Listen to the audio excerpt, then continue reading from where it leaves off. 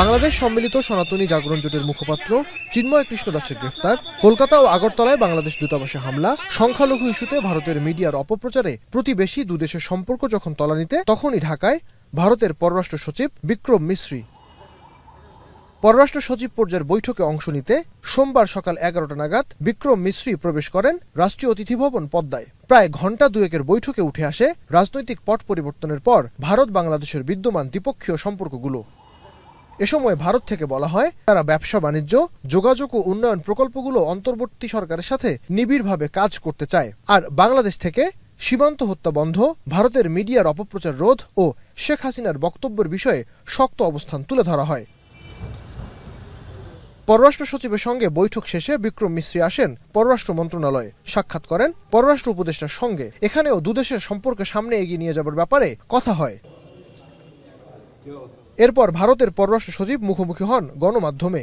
কোনো প্রশ্নের সুযোগ না দিয়েই বলেন, ভারত বাংলাদেশের সঙ্গে মানুষকেন্দ্রিক একটি ইতিবাচক ও গঠনমূলক সম্পর্ক গড়তে চায়, সেজন্য দুদেশের একসাথে কাজ করবার কোনো বিকল্প নেই। The two of them had a very cordial telephone conversation thereafter, and the chief advisor also accepted the Prime Minister's invitation to speak at the third Voice of the Global South summit that was held in August this year. India desires a positive, constructive and mutually beneficial relationship with Bangladesh.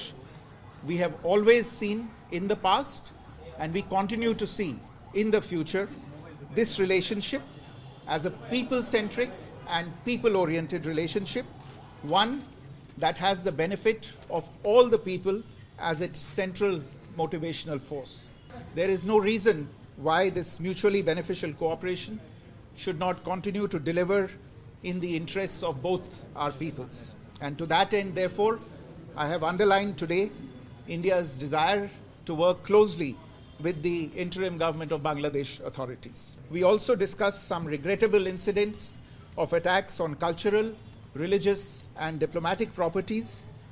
We expect overall a constructive approach on all these issues by the Bangladesh authorities, and we look forward to moving the relationship forward in a positive, forward-looking and constructive direction.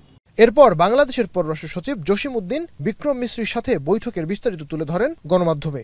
বলেন, বাংলাদেশ তার অভ্যন্তরীণ বিষয়ে অন্য দেশের হস্তক্ষেপ চায় না। ভারতের গণমাধ্যমে মিথ্যা প্রচার হচ্ছে উল্লেখ করে জসিম-উদ্দিন বিক্রম মিশ্রিকে সেই বিষয়ে ব্যবস্থা নিতেও বলেন। বাংলাদেশের জুলাই আগস্ট বিপ্লব এবং বিপ্লব পরবর্তী সংখ্যালঘুদের প্রতি কথিত বৈরী আচরণ নিয়ে ভারতীয় গণমাধ্যমে অপপ্রচার, মিথ্যা তথ্য এবং বিভ্রান্তিকর বয়ান রয়েছে। সে বিষয়ে আমরা ভারত সরকারের প্রতি দৃষ্টি আকর্ষণ করে এ বিষয়ে যথাযথ পদক্ষেপের অনুরোধ জানিয়েছি। সেই সাথে আমরা জোর দিয়ে বলেছি যে বাংলাদেশে বসবাসরত সব ধর্ম নির্বিশেষে স্বাধীনভাবে সব মানুষ ধর্মচর্চা করে আসছে এবং এ বিষয়ে কোনো ধরনের বিভ্রান্তি এবং অপপ্রচারের সুযোগ নেই। বৈঠকে বাংলাদেশ থেকে সাফ জানিয়ে দেওয়া হয়, শেখ হাসিনার ভারত থেকে দেয়া বক্তব্য পছন্দ করছে না বাংলাদেশ। প্রাক্তন প্রধানমন্ত্রী তিনি ভারতে অবস্থান করে যে সমস্ত বক্তব্য রাখছেন, সেই বক্তব্যের প্রতি আমরা তাদের দৃষ্টি আকর্ষণ করেছি। আপনারা গতকালে শুনেছেন তিনি একটি বক্তব্য দিয়েছেন এবং সেই বক্তব্যটি সরকার পছন্দ করছেন না, এবং তারা যে কথাটা বলেছেন, তারা এই বাস্তবতা সত্ত্বেও they would like to engage with the government of that day.